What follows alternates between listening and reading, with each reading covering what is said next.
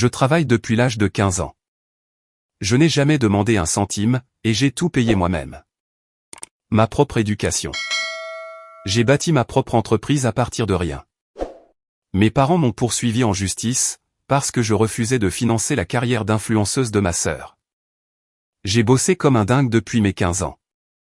J'ai monté une entreprise de BTP qui cartonne. Ma famille m'a poursuivi pour 50%, parce que je ne voulais pas financer le faux train de vie d'influenceuse de ma sœur profiteuse. L'univers leur a servi la vengeance la plus froide qui soit. Salut, Reddit. Je vous lis depuis longtemps, mais c'est la première fois que je poste quelque chose d'aussi personnel. Je suis encore en train de digérer ce qui s'est passé, et je me suis dit que vous apprécieriez peut-être cette histoire de justice rendue. Attention, ça devient dingue, et la fin est carrément jouissive.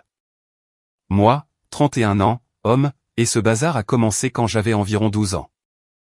Pour le contexte, j'ai grandi dans la banlieue de Phoenix, dans une famille de la classe moyenne la plus banale qui soit, qui avait l'air normal de l'extérieur, mais qui était complètement dysfonctionnelle en privé.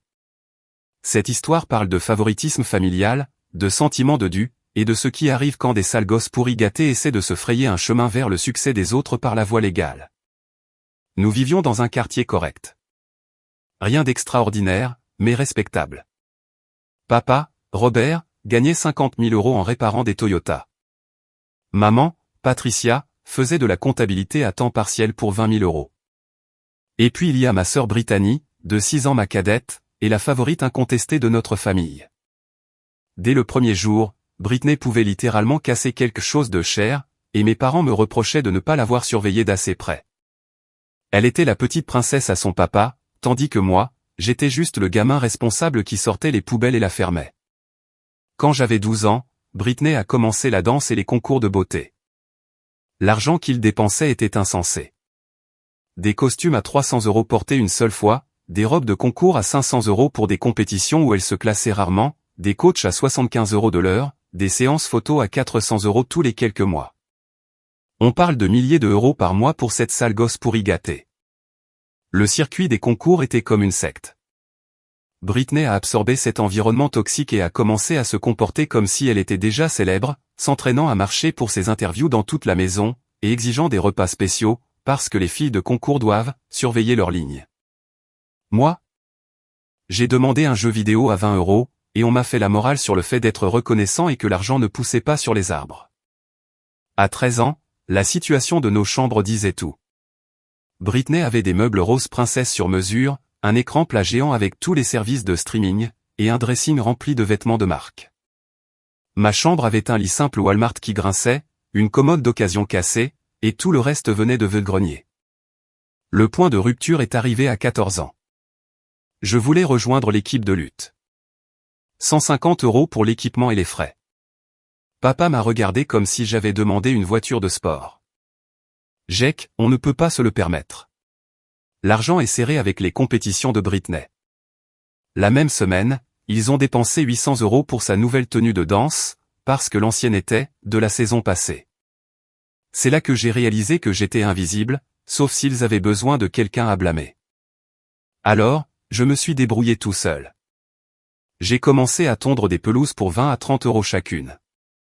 J'ai trouvé 8 clients réguliers. J'ai trouvé un vieil homme qui avait besoin d'aide pour des petits travaux dans ses propriétés locatives. Il m'a appris le BTP, la plomberie, l'électricité, de vraies compétences qui allaient vraiment compter. Ce voisin est devenu le père que je n'avais jamais eu, me payant 12 € de l'heure tout en m'expliquant les affaires, comment économiser de l'argent, et comment construire quelque chose de réel.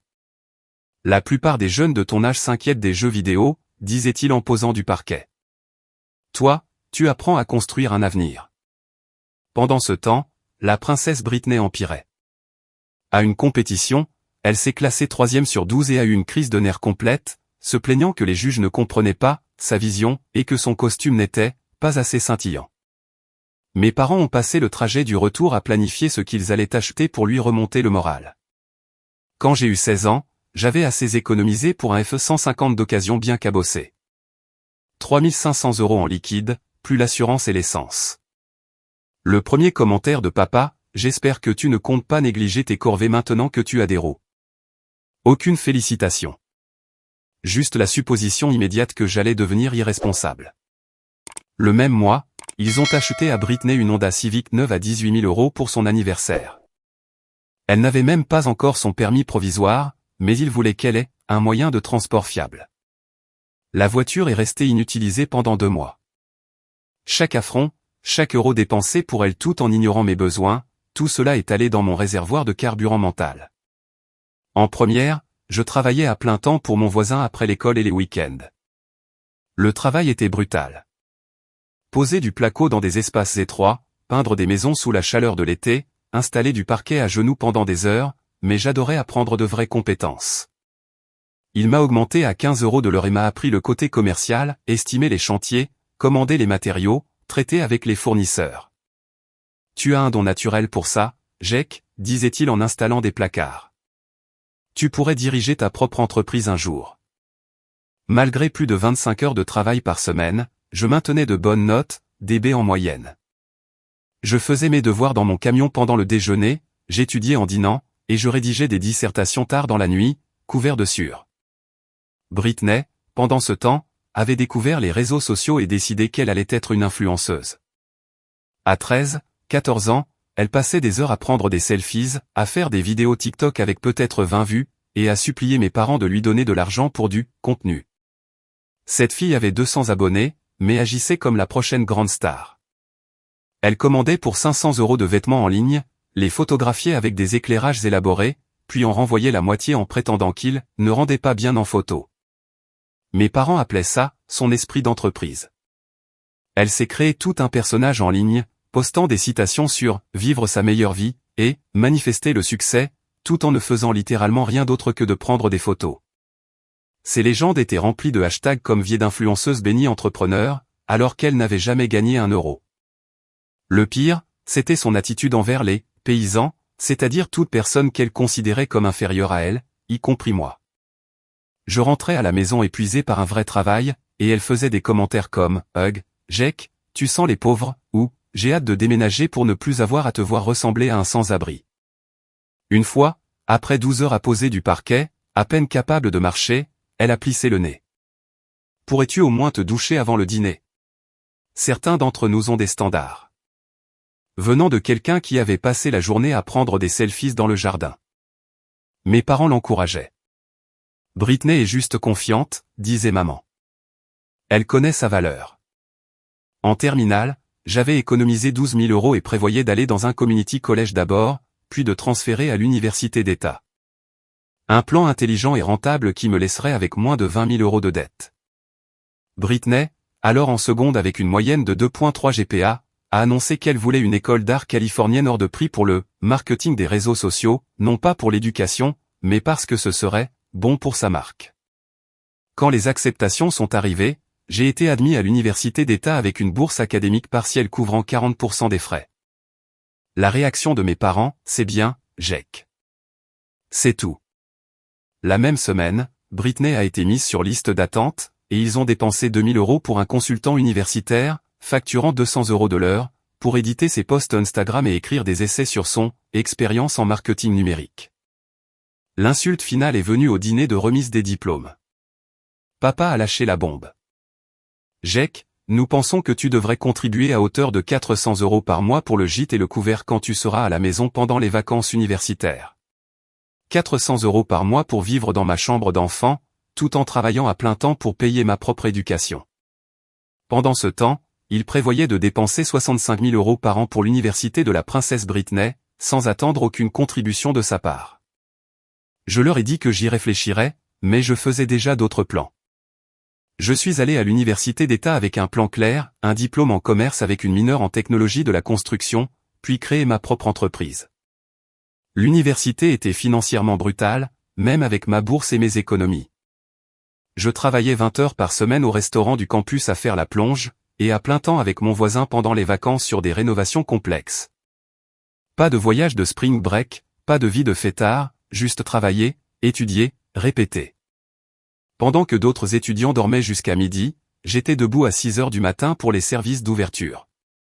Pendant qu'ils allaient au happy hours, j'étudiais à la bibliothèque jusqu'à la fermeture. Pendant ce temps, Britney vivait sa meilleure vie dans son école d'art hors de prix. Mes parents dépensaient 65 000 € par an pour son diplôme en communication des médias numériques, en gros des études sur Instagram. À chaque visite à la maison, elle se vantait de ses vêtements de marque pour les événements de réseautage, des brunchs à 300 € pour la création de contenu, et des voyages de spring break à Cabo qui coûtaient plus que mon budget semestriel entier. Tout cela financé par papa et maman, qui puisaient dans leurs économies de retraite et prenaient des prêts étudiants parentaux. Mes abonnés adorent voir une expérience universitaire authentique, disait-elle en montrant des photos de ces brunchs ridicules. Les marques veulent quelqu'un qui vit réellement le style de vie qu'elles promeuvent.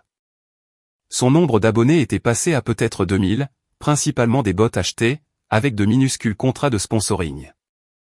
50 € pour des produits de blanchiment des dents douteux, 75 € pour des shakes protéinés qu'elle ne buvait jamais. Elle dépensait environ 200 € pour chaque euro gagné, mais se convainquait que c'était pour construire sa marque. Quand je lui ai fait remarquer qu'elle dépensait plus en café qu'elle ne gagnait en sponsoring, elle levait les yeux au ciel. « Jake, tu ne comprends rien aux affaires. C'est un investissement dans ma marque personnelle. Il faut dépenser de l'argent pour en gagner, non ? Dépenser 200 € pour un dîner pour obtenir 50 likes était, sans aucun doute, une stratégie commerciale solide. En 3e année, j'ai commencé à prendre de petits chantiers de construction en indépendant. Rénovation de salles de bain, réparation de terrasses, petites extensions. Mon voisin me laissait utiliser ses outils et ses contacts fournisseurs, en échange d'aide sur ses plus gros projets. Je gagnais de 25 à 30 € de l'heure et j'apprenais tous les aspects du métier. Une rénovation complète de salle de bain pour un jeune couple m'a vraiment ouvert les yeux. 3 semaines de travail, et ils m'ont payé 8 500 €. Les matériaux et les frais de sous-traitant m'avaient coûté peut-être 3 000 €. Même après avoir payé mon voisin pour les outils et les conseils, j'ai empoché plus de 4 000 € en 3 semaines. C'est là que j'ai réalisé le vrai potentiel de profit de la construction. Ma relation familiale était pratiquement inexistante.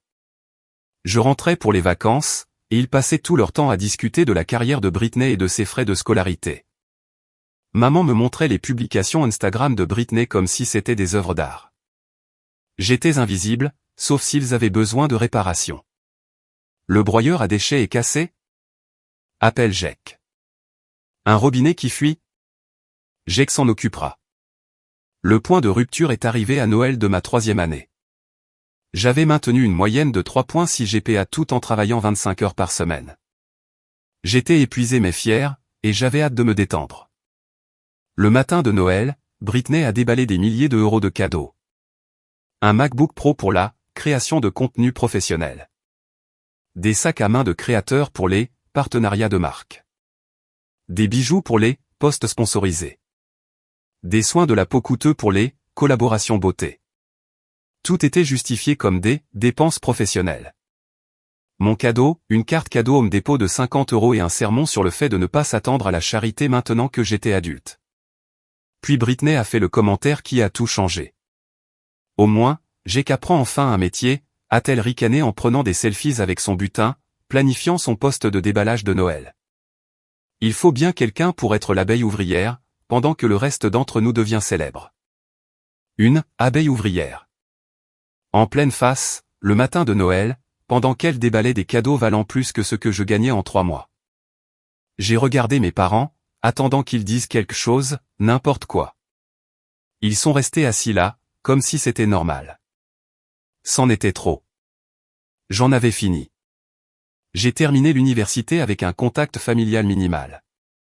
Je suis devenu un étranger poli. Mon voisin voulait vendre son entreprise à un prix très avantageux. Nous avons convenu d'un accord de rachat sur 5 ans, où je reprendrais tous les contrats et les relations. Au moment de mon diplôme, tout était en place, prêt commercial approuvé, licence en règle, assurance réglée, et 3 gros contrats pour l'été d'une valeur de plus de 45 000 €. Britney a obtenu son diplôme la même année avec son diplôme inutilé et retourné à la maison, annonçant qu'elle se concentrerait à plein temps sur sa carrière d'influenceuse, tout en ayant besoin du soutien parental pour construire sa marque. À 22 ans, elle avait peut-être 5000 abonnés, la moitié étant des bots, aucun revenu réel à part des contrats de sponsoring occasionnels de 50 €, et un sentiment de dû qui rendrait la royauté jalouse. Moi, j'avais un plan d'affaires et les compétences pour l'exécuter. Dès la sortie de l'université, je me suis lancé à corps perdu dans mon entreprise de construction. Mon voisin m'avait parfaitement préparé. J'ai hérité de son équipe de 3 gars expérimentés qui travaillaient avec lui depuis des années, de ses relations avec les fournisseurs qui m'ont permis d'obtenir des remises pour les professionnels, et d'une solide réputation sur le marché local, bâtie sur 20 ans. La première année a été brutale. Je travaillais de 70 à 80 heures par semaine, apprenant à gérer des employés plus âgés et plus expérimentés que moi, à traiter avec des clients difficiles qui essayaient de changer la portée du projet à mi-parcours, et à m'occuper de toute l'administration de l'entreprise comme la paie, les impôts, les déclarations d'assurance et les demandes de permis. Mais c'était mon entreprise. Chaque euro que je gagnais, chaque relation que je construisais, chaque succès était le mien. Quand un client était content de la rénovation de sa salle de bain, il louait mon travail. Quand une recommandation menait à un plus gros projet, c'était grâce à la réputation que je me forgeais. En 6 mois, je réservais des chantiers avec 3 semaines d'avance. Le bouche-à-oreille dans le BTP, c'est tout. Et mes gars faisaient un travail de qualité, rapidement. Nous nous sommes spécialisés dans les rénovations résidentielles. Des cuisines qui transformaient des espaces démodés en pièces maîtresses modernes. Des salles de bain qui passaient de désastres exigus à des retraites de type spa. Des extensions qui se fondaient parfaitement avec l'architecture existante. Des rénovations complètes de maisons qui doublaient la valeur des propriétés. Pendant ce temps, la princesse Brittany se heurtait à la réalité. Il s'avère qu'avoir 5000 faux abonnés ne se traduit pas par un revenu réel. Qui aurait pu le deviner? Elle se levait à midi, passait 3 heures à se maquiller et à choisir des tenues pour ses séances photos de contenu, prenait 500 photos pour en poster une seule, prise sur le vif, puis se plaignait que les marques ne la prenaient pas au sérieux. Son plus gros contrat de sponsoring était de 200 € pour promouvoir une saleté de soins de la peau de marketing multiniveau, qui contenait probablement plus de produits chimiques que d'ingrédients bénéfiques. Sa routine quotidienne était pathétique à voir. Elle organisait des séances photos élaborées dans notre jardin en utilisant des draps de lit comme toile de fond, prenait des centaines de photos dans des poses légèrement différentes. Puis passait des heures à les retoucher avec des filtres et des applications qui la rendaient à peine reconnaissable. Tout cet effort pour des publications qui obtenaient peut-être 100 likes, principalement d'autres influenceurs en herbe faisant des échanges d'abonnements. Mais au lieu de trouver un vrai travail ou de réévaluer ses choix de vie, elle s'est enfoncée dans son délire. Elle a convaincu mes parents de financer une séance photo professionnelle, 1800 €, une refonte de son site web, 1200 €, et un cours de gestion des réseaux sociaux, 3200 €, enseigné par quelqu'un qui avait probablement moins de vrais abonnés qu'elle.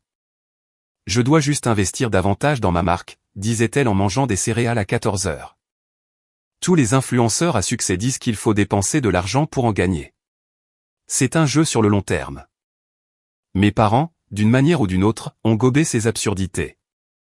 Il payait toujours sa facture de téléphone, son assurance auto, son assurance maladie, et lui donnait en plus 1200 € par mois de frais de subsistance, alors qu'elle vivait à la maison sans payer de loyer.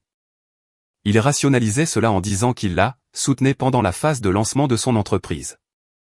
Ils avaient même transformé le garage en studio de contenu, pour elle, avec des ring lights, des supports de toile de fond, du matériel de caméra professionnelle et la climatisation pour qu'elle puisse tourner toute l'année. Encore 4000 € jetés par les fenêtres pour ce qui était essentiellement une salle de jeu élaborée pour une femme adulte. Le pire, c'était de l'entendre parler d'argent comme si elle avait la moindre idée de ce qu'était le travail.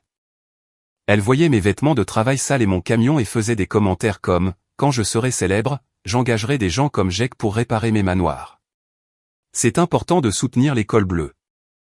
Où elle se plaignait que les marques ne la payaient pas assez. Ces entreprises sont si radines. Elles ne veulent me payer que 100 € pour un poste alors que j'ai presque 8000 abonnés maintenant. Elle avait acheté 3000 autres faux abonnés, pensant que personne ne remarquerait la hausse soudaine d'abonnés avec un engagement nul. Pendant ce temps, je gagnais plus en une semaine qu'elle n'avait gagné toute l'année avec sa carrière. À la fin de ma 2e année d'activité, je gagnais 180 000 € par an et j'avais agrandi mon équipe à 6 gars. J'ai acheté ma première maison, une maison de plein pied de 167 mètres carrés que j'ai rénovée moi-même en utilisant les compétences que j'avais acquises au fil des ans. Rien d'extraordinaire, mais c'était la mienne, et je l'ai remboursée en 3 ans grâce à des paiements supplémentaires agressifs. La rénovation était mon chef-d'œuvre. J'ai refait entièrement la cuisine et installé des placards sur mesure. J'ai complètement refait les 2 salles de bain avec des équipements haut de gamme. J'ai poncé et verni tous les parquets. J'ai mis à jour l'électricité et la plomberie partout. La maison est passée d'un désordre démodé des années 80 à une vitrine moderne, qui aurait coûté 150 000 € à quelqu'un d'autre. La 3e année, j'ai décroché un contrat pour rénover un lotissement de luxe. 12 maisons personnalisées, des rénovations complètes pour des clients fortunés qui voulaient que tout soit parfait. Le contrat valait 850 000 € sur 8 mois, plus d'argent que je n'avais jamais imaginé gagner. C'est là que l'attitude de ma famille a commencé à changer. Soudain, Jake n'était plus seulement l'abeille ouvrière. Papa a commencé à poser des questions sur mon entreprise, voulant savoir combien d'argent je gagnais. Soudainement intéressé par le secteur du BTP. Maman se vantait à ses amis de son fils entrepreneur à succès, comme si elle avait toujours soutenu ma carrière. Et Britney. Elle est passée de l'insulte à mon travail à essayer de me faire financer ses combines. Jake, tu devrais sponsoriser un de mes postes, disait-elle pendant que je déjeunais, couvert de la sueur du chantier du matin. Je pourrais promouvoir ton entreprise auprès de mes abonnés. Ce serait une excellente promotion croisée. Ses abonnés étaient principalement des bots, des faux comptes d'outre-mer, et des pervers d'âge moyen commentant des émojis de flammes sur ses photos aguicheuses. Une démographie vraiment précieuse pour une entreprise de rénovation résidentielle ciblant les propriétaires aisés. Quand je déclinais poliment, elle devenait hargneuse. Tu es si égoïste. J'essaie de t'aider à développer ton entreprise, et tu ne veux même pas soutenir ta propre sœur. La famille est censée s'entraider. Le sentiment de dû était irréel. Cette fille n'avait jamais travaillé un seul vrai jour de sa vie, était entièrement entretenue par nos parents à 25 ans, et pensait que je lui devais du marketing gratuit juste parce que nous partagions le même ADN. Les choses ont empiré quand elle a commencé à sortir avec ce loser nommé Chad, qui était soi-disant un entrepreneur en crypto. Traduction, un chômeur qui avait perdu son fonds fiduciaire en pariant sur des monnaies numériques et qui vivait maintenant chez ses parents en prétendant être un magnate des affaires. Chad l'a convaincu qu'elle devait monter en gamme, s'amarquer, voire plus grand. Chad était tout ce qu'on pouvait imaginer. Casquette de baseball à l'envers, vêtements de marque achetés à crédit, citant constamment les noms de personnes célèbres qu'il avait soi-disant rencontrées, et une philosophie selon laquelle les emplois traditionnels sont, pour les moutons. Il n'avait jamais gardé un emploi plus de 6 mois, mais se considérait comme un expert en création de richesse.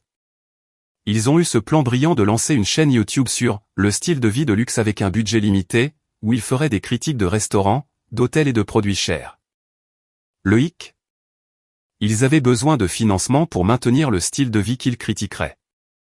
Leur logique était sans faille. Ils dépenseraient mon argent pour vivre luxueusement, le documenteraient pour YouTube, deviendraient des influenceurs célèbres, puis me rembourseraient avec leurs gains. Qu'est-ce qui pourrait mal tourner ? Britney a demandé 15 000 € à mes parents pour lancer la chaîne correctement, mais ils ne pouvaient pas se le permettre. Choquant, considérant qu'ils avaient déjà dilapidé leurs économies de retraite pour ses études. Elle est donc venue me voir. Jake, c'est une vraie opportunité d'affaires, a-t-elle expliqué avec une présentation PowerPoint sur laquelle elle avait manifestement passé des semaines. Chad et moi avons tout planifié. Nous avons juste besoin d'un investissement initial pour couvrir les dépenses des 6 premiers mois. Tu serais en quelque sorte notre business angel. J'ai demandé à voir leur plan d'affaires. Leur plan d'affaires était un PowerPoint avec des photos d'archives et des promesses vagues de monétisation.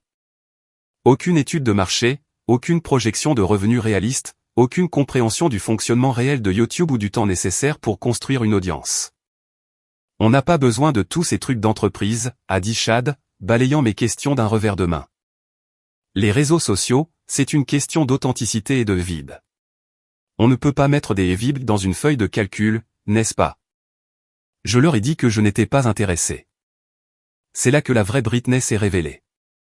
Après que j'ai refusé le projet YouTube ridicule de Britney, la dynamique familiale a complètement changé. Soudain, je n'étais plus le frère à succès dont il voulait se vanter. J'étais un crétin égoïste qui freinait la famille. Le harcèlement a commencé doucement. Britney faisait des commentaires passifs-agressifs sur le fait que certaines personnes oublient d'où elles viennent, et que une vraie famille soutient les rêves des autres. Elle publiait des stories critiques sur les réseaux sociaux à propos des fausses personnes et du fait que les liens du sang sont plus forts que l'eau, jusqu'à ce que l'argent s'en mêle. Puis ça a empiré. Elle a commencé à poster des pics subtils sur les réseaux sociaux à propos des faux membres de la famille et des gens qui réussissent et abandonnent leurs proches. Sa douzaine de vrais abonnés a adoré, commentant des messages de soutien sur le fait de couper les ponts avec les personnes toxiques, sans savoir qu'il parlait de son propre frère. Mes parents se sont joints à la campagne de pression. Papa m'appelait pour me demander des conseils en affaires, mais en réalité, il cherchait juste des informations sur mes finances. Combien je facturais par chantier? Quelles étaient mes marges bénéficiaires? Combien j'avais d'économies? Toutes des questions en apparence innocentes qui ressemblaient à un interrogatoire. Maman me faisait culpabiliser sur le fait qu'ils étaient déçus que je n'aide pas Britney à réaliser son potentiel. Elle me comparait à d'autres frères et sœurs à succès qui élèvent leur famille et laissaient entendre que j'avais peut-être oublié d'où je venais. Le point de rupture est arrivé au dîner de Thanksgiving. J'avais travaillé sans arrêt sur un projet majeur, une rénovation complète de maison qui avait nécessité des journées de 12 heures pendant 3 semaines d'affilée, et j'étais épuisé, mais je suis venu pour essayer de maintenir un semblant de relation familiale. Brittany a passé tout le repas à parler de ses projets à venir, et du fait qu'elle avait juste besoin un grand coup de pouce pour réussir. Chad hochait la tête, lançant de temps en temps des mots à la mode comme « synergie » et « potentiel viral », sans rien apporter d'utile à la conversation. Elle avait préparé toute une présentation sur leur idée YouTube, avec une analyse de la concurrence, c'est-à-dire regarder d'autres YouTubers pendant quelques heures, et des projections de revenus, des chiffres complètement inventés. Ils avaient calculé qu'ils pourraient gagner 50 000 € par mois en 6 mois, s'ils avaient le bon financement. Puis elle s'est tournée vers moi. Jake, j'ai réfléchi à ce que tu as dit sur le besoin d'un plan d'affaires. Et si on en faisait une entreprise familiale? Tu pourrais être le bailleur de fonds, je serais la directrice créative, et on partagerait les bénéfices. Quels bénéfices, ai-je demandé. Tu fais ça depuis 5 ans et tu n'as pas gagné assez pour couvrir ton budget Starbucks. Son visage est devenu rouge. C'est parce que je n'ai pas eu le bon financement. Sais-tu combien d'argent je pourrais gagner si j'avais les ressources pour créer du contenu de qualité? Regarde les autres influenceurs. Ils ont tous eu le soutien de leur famille ou des petits amis riches. Moi, j'ai fait ça toute seule. Britney, tu as 25 ans et tu n'as jamais eu de vrai travail. Peut-être que tu devrais commencer par quelque chose de réaliste avant de planifier ton empire médiatique. C'est laquelle a explosé. Réaliste? Tu veux dire comme me salir les mains en faisant du travail manuel? Comme être un ouvrier du bâtiment toute ma vie? J'ai du talent, Jake. J'ai du potentiel. Ce n'est pas parce que tu te contentes d'être un col bleu anonyme que je devrais me contenter de la médiocrité. La pièce est devenue silencieuse. Même Chad avait l'air mal à l'aise. Papa s'est raclé la gorge. Jake s'était déplacé. Britney poursuit sa passion. Sa passion? Papa, maman et toi avez dépensé plus de 300 000 € pour soutenir sa passion, et elle a gagné peut-être 2 000 € au total. À quel moment appelle-t-on ça par son nom? Une sale gosse pourri gâtée qui joue à faire semblant pendant que les adultes paient ses factures. Maman est intervenue. Jake, c'est ta sœur. Nous sommes censés nous soutenir les uns les autres. Le soutien va dans les deux sens. Qu'a-t-elle jamais fait pour me soutenir? Elle n'a même jamais reconnu mon succès, et encore moins contribué à quoi que ce soit dans cette famille, à part des factures. Britney pleurait maintenant. Le genre de larmes manipulatrices où elle pouvait encore parler clairement entre les sanglots. Je ne peux pas croire que tu m'attaques comme ça. Tout ce que j'ai toujours voulu, c'est que ma famille croie en moi. Tu as eu de la chance avec ton entreprise. Mais ça ne fait pas de toi quelqu'un de meilleur que moi. De la chance? De la chance? J'ai travaillé 80 heures par semaine pendant 7 ans, pendant que tu prenais des selfies et que tu dépensais l'argent des autres. La croyance ne paie pas les factures, Britney. Les résultats, si. C'est là que Chad a fait son erreur fatale. Mec, tu devrais vérifier tes privilèges. Tout le monde ne peut pas simplement hériter d'une entreprise et se dire successful. Certains d'entre nous doivent être créatifs et innovants. Je me suis levé. Hériter? Hériter? J'ai travaillé 80 heures par semaine pendant 7 ans pour construire mon entreprise. J'ai payé mes propres études pendant que ta copine accumulait un quart de million de dettes pour un diplôme inutile. N'ose même pas me parler de privilèges. La dispute a dégénéré à partir de là. Les voix se sont élevées, de vieux griefs ont été ravivés, des limites ont été franchies qui ne pouvaient être effacées. Papa m'a accusé d'oublier ma famille maintenant que j'avais de l'argent. Maman a pleuré sur le fait que je déchirais la famille à cause d'une jalousie mesquine. Ça s'est terminé par mon départ, et je ne leur ai parlé à aucun d'entre eux pendant 3 mois. C'est là que j'ai reçu une lettre recommandée. Ma propre famille me poursuivait en justice pour 400 000 €, prétendant que j'avais injustement bénéficié des ressources familiales et que je devais à Britney une compensation pour les opportunités perdues causées par mon refus de fournir un soutien familial raisonnable. La poursuite alléguait qu'en n'investissant pas dans les entreprises de Britney, j'avais causé un préjudice irréparable à ses gains potentiels et que mon succès créait une obligation implicite de soutenir ses efforts. Ils ont en fait soutenu que, parce que nous avions grandi dans le même foyer, mon succès était en partie dû à elle, investissement familial, et devait être partagé équitablement. Peu importait que j'ai travaillé et subvenu à mes besoins depuis l'âge de 16 ans, alors qu'elle avait été entièrement entretenue par l'argent de la famille. C'était complètement absurde, mais c'était aussi réel. Ils avaient réellement déposé des papiers au tribunal contre leur propre fils et frère. J'ai engagé le meilleur avocat que j'ai pu trouver et je me suis préparé à la guerre. La procédure de communication des pièces du procès a été brutale, mais aussi éclairante. Mon avocate était un requin, spécialisé dans les litiges commerciaux. Quand elle a examiné leur plainte, elle a littéralement ri. Jake, c'est l'un des cas les plus faibles que j'ai jamais vus. Ils n'ont aucune base légale pour aucune de ces affirmations, mais nous allons les détruire quand même. Pendant les dépositions, la vérité sur les finances de ma famille a éclaté. C'était pire que ce que j'avais imaginé. Mes parents avaient dilapidé toutes leurs économies de retraite pour financer le style de vie de Britney. Ils avaient contracté une deuxième hypothèque sur leur maison, d'une valeur de 104 000 €. Papa avait liquidé son 4 cents un cas à l'avance, payant des pénalités massives et des impôts qui leur ont coûté 28 000 € supplémentaires. Ils avaient 85 000 € de dettes de cartes de crédit, réparties sur 12 cartes différentes. Tout ça pour la carrière de Britney. Les chiffres étaient stupéfiants. Sur 8 ans, ils avaient dépensé 340 000 € pour elle, études, 265 000 €, frais de subsistance, 48 000 €, équipement, 12 000 €, voyage, 8 000 €, séances photo, 4 000 €, cours, 2 500 €, et divers projets, 500 €. Ces gains totaux de elle, influencing, 3 200 €.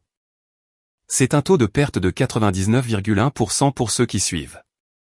Mais la meilleure partie, c'était la déposition de Britney. Mon avocate l'a démolie.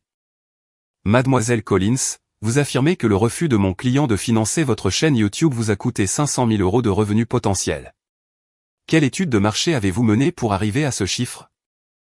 Je n'ai pas besoin d'études de marché. Je connais ma valeur. Basée sur quoi? Vos revenus actuels des réseaux sociaux sont d'environ 300 € par an. Comment justifiez-vous une valorisation d'un demi-million d'euros? Vous ne comprenez pas l'espace des influenceurs. Une fois que vous avez la bonne opportunité, tout explose de manière exponentielle. Je vois. Et combien de ces explosions avez-vous connues en 7 ans de travail sur les réseaux sociaux? Je n'ai pas eu le bon système de soutien. C'est littéralement pour ça que nous sommes ici. Ça a continué comme ça pendant 3 heures. Britney ne pouvait pas répondre à des questions de base sur les plans d'affaires, l'analyse de marché ou les projections réalistes. Elle se retranchait constamment derrière, vous ne comprenez pas mon industrie, et, avec un financement adéquat, tout est possible. Interrogée sur son emploi du temps réel, elle a admis passer peut-être 2 à 3 heures par jour à la création de contenu et n'a pas pu expliquer ce qu'elle faisait du reste de son temps. Pressée sur ses taux d'engagement, elle est devenue sur la défensive et a affirmé que la qualité des abonnés importe plus que la quantité. Les transcriptions de la déposition se lisaient comme un sketch comique. Pendant ce temps, mes dossiers financiers racontaient une histoire différente. 7 ans de croissance constante, de clients satisfaits, d'affaires récurrentes et d'expansion régulière. J'avais 380 000 € en actifs commerciaux, 150 000 € en épargne personnelle, et aucune dette à part mon prêt commercial, qui était en avance sur le calendrier de paiement. Tout ce que j'avais construit était documenté, légitime, et gagné par un travail réel. La révélation la plus accablante est venue lorsque mon avocate a découvert le vrai plan de Britney et Chad. Ils avaient fait des recherches sur les actifs de mon entreprise et avaient essentiellement prévu d'utiliser tout argent que je leur donnerais comme acompte sur une maison, pour ensuite la revendre et empocher le profit. Leur chaîne YouTube n'était qu'une couverture. Ils voulaient de l'argent gratuit pour jouer aux investisseurs immobiliers, sans aucune connaissance ni expérience.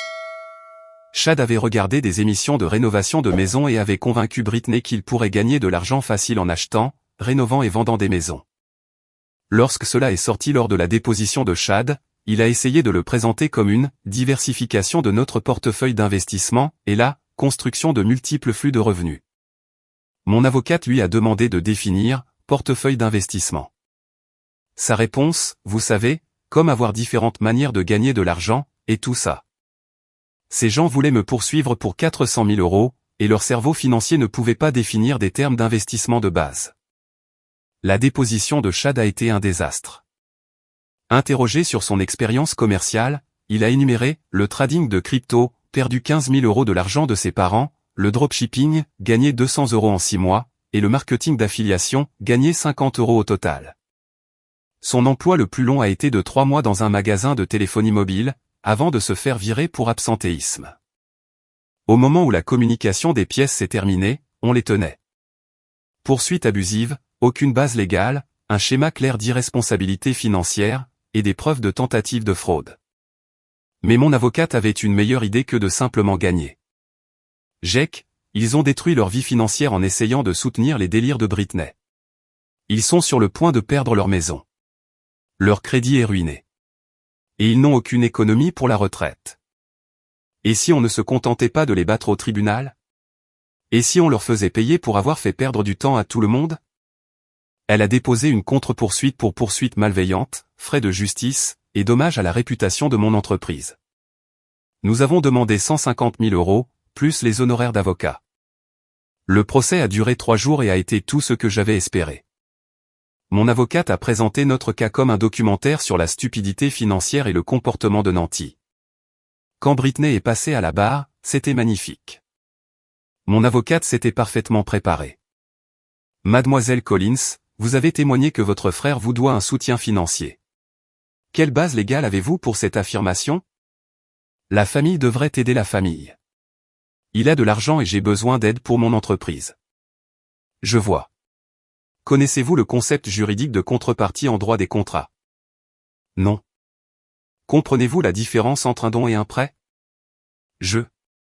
Quoi? Mademoiselle Collins, avez-vous déjà suivi un cours de droit des affaires? J'ai étudié les médias numériques. Ce n'est pas ce que j'ai demandé. Avez-vous étudié le droit, la comptabilité ou la gestion d'entreprise? Je n'ai pas besoin de cours pour comprendre les affaires. Je suis naturellement entrepreneur. Le juge prenait des notes et essayait de ne pas rire. Quand Chad est passé à la barre, c'est devenu encore pire. Monsieur Peterson, vous avez encouragé Mademoiselle Collins à intenter cette poursuite. Quelle expérience juridique avez-vous? Je regarde beaucoup de séries judiciaires. Je jure que c'était sa réponse réelle. Et quelle expérience commerciale avez-vous? J'ai été impliqué dans plusieurs entreprises. Quels ont été vos bénéfices de ces entreprises? Il ne s'agit pas de bénéfices immédiats. Il s'agit de construire une valeur à long terme. Monsieur Peterson. Oui ou non?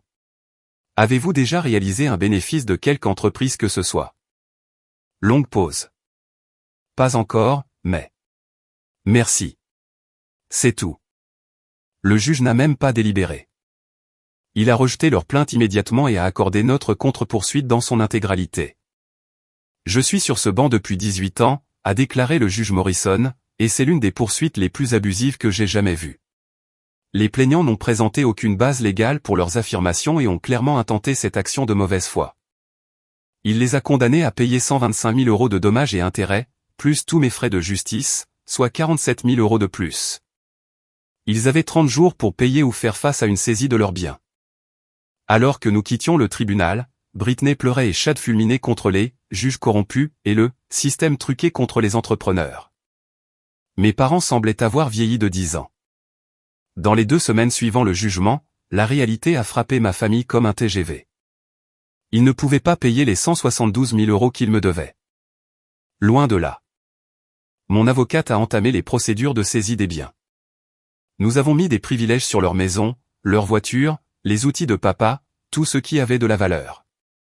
C'est là que les supplications ont commencé. Papa a d'abord essayé l'approche du dur à cuire, puis s'est complètement effondré. Jake, s'il te plaît. Nous allons tout perdre.